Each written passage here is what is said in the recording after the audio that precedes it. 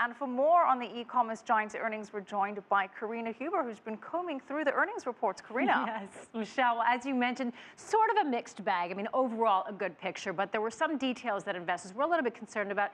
Initially, certainly when they saw that net profit actually fell 39%, but as you mentioned, that was to reward stock to some of the executives and some of the employees to retain talent. But as you mentioned, one-time charges, so nothing to be too worried about. Another disappointment, though, was the profit margins. They fell to 26% from about 50% a year earlier. So that's a big drop, but still, if we put it into context for the tech industry, they have very high profit margins.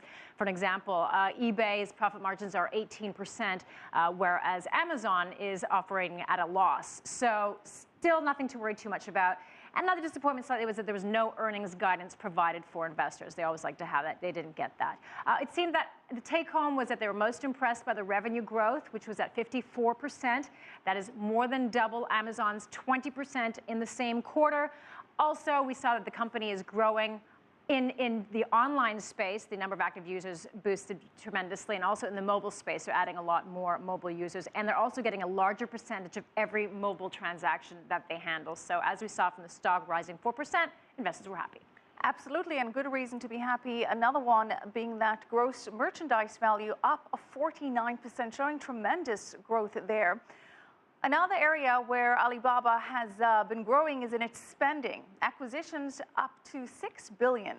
Did we learn anything about potential future acquisitions or what their plans are for the existing acquisitions? Right, well, they didn't give us any hard details, but what they did indicate is that they will continue with their spending spree, and they're looking to do business with companies or acquire companies that can help them grow their business, obviously, but that can also help them grow their number of products and services that Alibaba offers. So no precise company names or hints, but we do know they plan on spending more. Okay, well, there was talk about a partnership with Lionsgate in terms of a subscription service, and there's been a bit of a buzz of potential alliance with Apple. CEO Tim Cook was in China. He mentioned that perhaps Apple could do something with Alipay. Did we learn anything more about that? In a word, no, we did not. The only thing we learned about when it comes to transactions with global companies is that they said that they would facilitate global brands to sell their products in China. That's all we learned today. All right. Well, thank you, Karina Huber.